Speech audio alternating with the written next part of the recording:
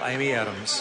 Thank you, Mr Speaker. I'm very happy to rise and take a call in this general debate on what is the 119th celebration of New Zealand women becoming the first in the world to have the right to vote. And I want to acknowledge the hard work of our suffragette forebears and or suffragists, thank you, and sir, also acknowledging the role of members of this House who at the time worked with those women to ensure the legislation was passed through the House, including Sir John Hall, who I have referenced previously. Sir, I think it is important and timely on Suffrage Day to look back and where we have come from, but also to look forward to where we're going. And so we have said often from this side of the House that what we're focused on is making a real difference on the things that Kiwis care about. And I'll tell you, in my view, that's jobs, it's incomes, it's opportunities. And the difference, sir, between this side of the House and our opponents is that we understand that to create those things, you have to get the conditions right for businesses to create those jobs. Because, sir, at the end of the day, there's no getting away from the fact governments don't create jobs, businesses do. And if we're going to be serious about creating jobs, creating more opportunities, creating a better future for our New Zealanders, we have to play our part in setting those conditions right. And time again we hear shrieking and volume and derisive put-downs from the opposition, masking a complete lack of policies and ideas. They're quite happy to sit there and shriek, where are the jobs? But, sir, they block every single opportunity to come up with more jobs in this country. They block the advancement of agriculture. They block the advancement of our mineral exploration industry. They block our manufacturing issues. They block Minister Wilkinson's labour market reforms. They want to stop everything that will create jobs. And so I say, sir, that when they stand in this House and say they want jobs, I would say to them, if they're serious about wanting jobs, they need to get serious about supporting the policies of this government that will create the conditions for business to create jobs. Sir, we're focused on the things that businesses need for them to be successful.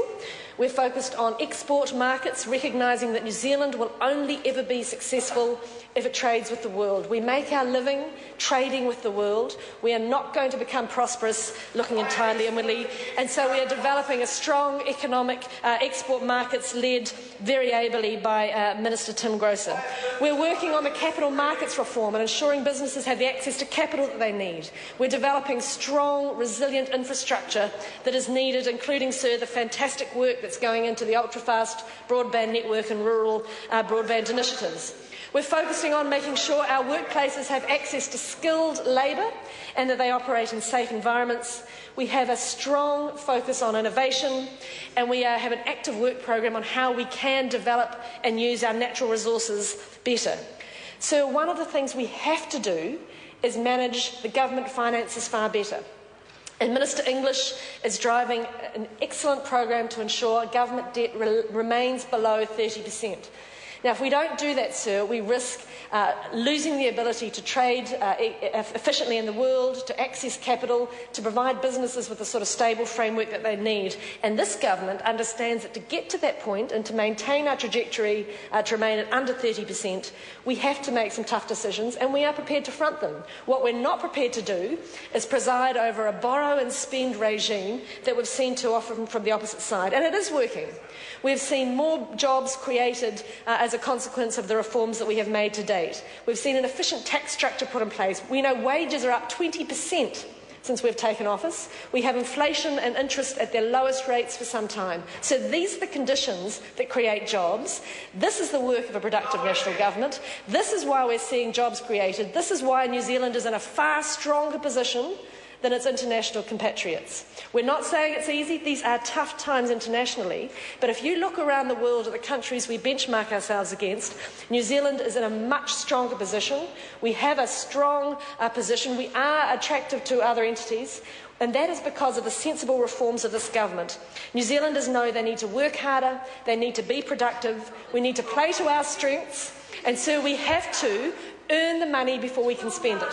Very easy to stand up in this House with a myriad of policies that involve putting it on the credit card, keep spending the money, throw it around, make sure the voters turn up with the promises of everything you're going to give them in the lolly scramble. We're not going to do that. We're going to make sure we run a robust, resilient economy, and so we're going to continue to do that because we know at the end of the day that's what matters to New Zealand: more jobs, more opportunities, and that's what this national government is delivering. Very good. The Right Honourable Winston Peters. There says a member that